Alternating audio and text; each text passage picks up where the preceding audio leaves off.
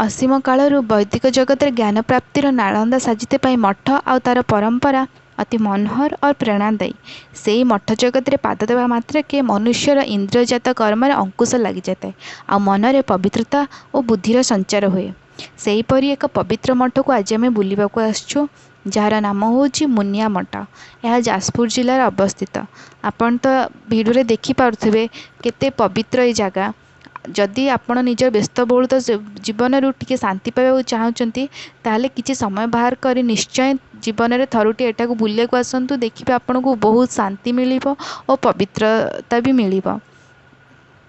मु किछि क्लिप आपण सहित शेयर करिचे आपण देखंतु। जदि आपन को भल लगे निश्चय थरे एटिकी बुलिया आसतु। धन्यवाद।